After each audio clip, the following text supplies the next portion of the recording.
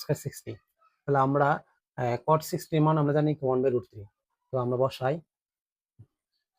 স্কয়ারের মান কত 1/√3 স্কয়ার আছে cot 60 এর মান আমরা জানি কি 1/√3 স্কয়ার আছে। তো আমরা করি 1 থাকে এখানে করলে কি রুট a স্কয়ারে কাটা আর 1 এ 1 করলে কিছু 1 ই আসে লেবাসে কি √3 এখানে প্লাস এখানে রুট a স্কয়ারে কাটা আর উপরে আছে কি রুট a স্কয়ারে কাটা আর 1 এ গুণ করলে কি 1 3।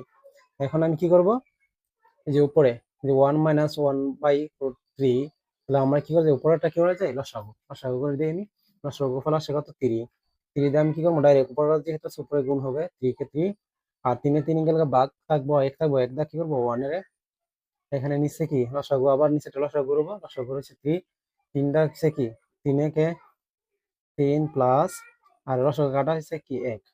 তো আমি দেখি এখানে কি আসে উপরটা কাজ করি 3 আর এখান থেকে চলে গেছে 2 এখানে কত আসে এই যে 3 1 যোগ 4।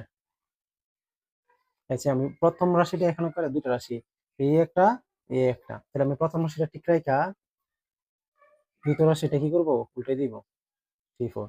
তাহলে যদি এটা যদি কাটা গেলে 3 এ 3 কি যায় কাটা যায় এখানে কি আছে 2 যদি কাটা গেলে 2 আর কোনো কিছু না থাকে মানে কি উপরে 1 এই যে 2 এই তো आंसर।